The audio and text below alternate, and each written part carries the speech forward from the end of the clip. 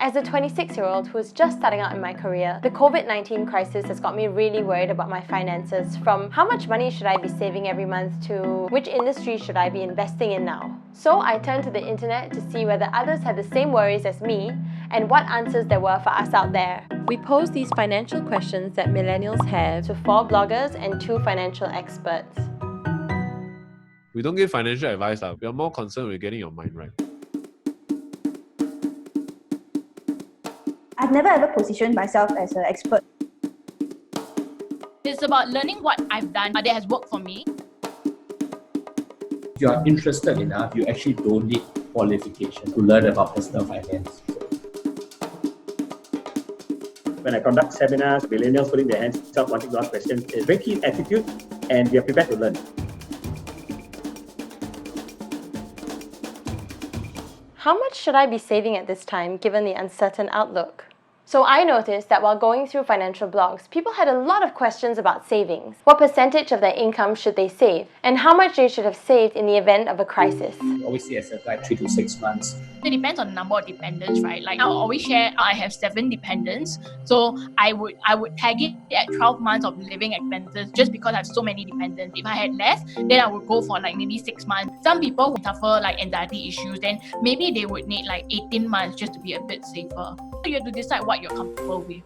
So the consensus seems to be that we need to set aside at least 6 months of savings for a rainy day. But worryingly, an OCBC survey conducted in mid-May showed that working Singaporeans and PRs aged between 21 and 65 are not doing this. Yeah, a lot of Singaporeans do not have emergency fund.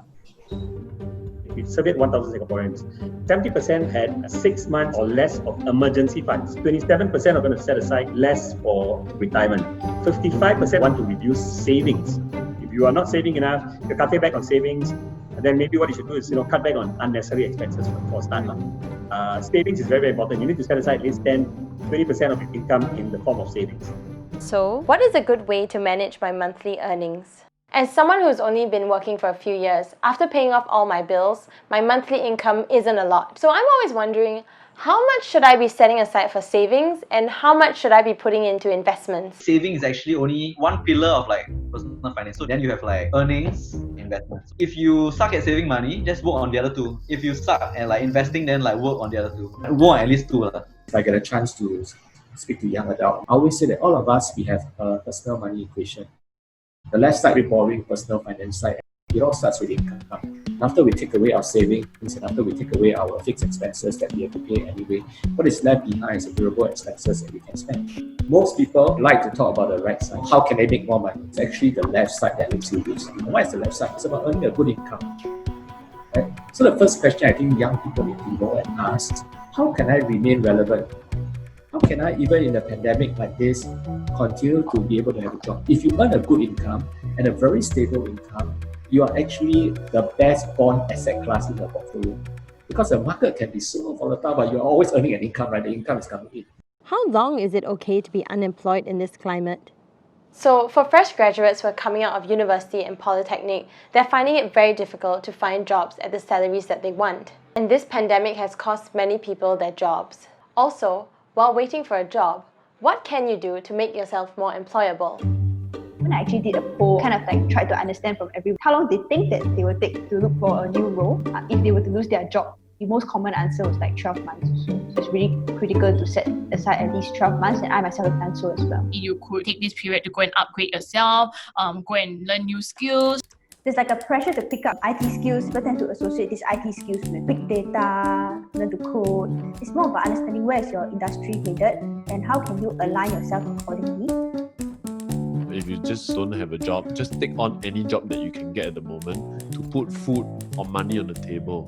Become an essential worker also. I mean, like at the end of the day, if you can add value, and you need that money, so just do it at the moment and network extensively. How would you advise people on how to grow their network when they are at home? You can use LinkedIn. You can ask your friends to refer you. You can even join those like online networking sessions. In the long run, maybe you would have landed a job that is even higher paying because you have taken this time to go and upgrade yourself. I want to build my finances fast. Is it better to stay a freelancer or take on a permanent role? a permanent role because you have that stability. You can actually project your income. If you're freelancing, you have no guarantee of when the money is going to come in. There might be some months where you could be actually zero, like what a lot of freelancers are facing today. That if you are freelance, you have a higher chances of earning a higher salary because you can take on different roles and make more income. If you're in a permanent role, I mean, you enjoy better in terms of benefits. You probably have more opportunities in terms of personal development because if you work for MNC, you get rotated different roles. You can be posted overseas. But the downside of that all is that you have an income that is generally quite fixed. So those are the questions that a lot of millennials have about savings and jobs. But for those who are looking to invest their savings, this is one of the top few questions that they have. Are real estate investment trusts still worth investing in? So a lot of us have heard from friends and family that real estate is one of the best things to invest in Singapore. But if you don't have any money to actually buy a property, then get REITs. How relevant is this still? REITs is really going through a tough time now. People are so used to working from home now, to shopping online. I would rather invest in a broadly diversified portfolio across securities, including some REITs. Of course, the type of REIT and which REIT matters, but I don't think real estate in Singapore will ever be dead, at least for the next 5, 10 or 15 years. Yeah, I know the whole Hong Kong uncertainty, right? There are more people who are in Hong Kong who are also open to potentially going outside, whether that's like Taiwan or other countries like Singapore. So I think I do see that the real estate in Singapore will continue going up. What about technology stocks?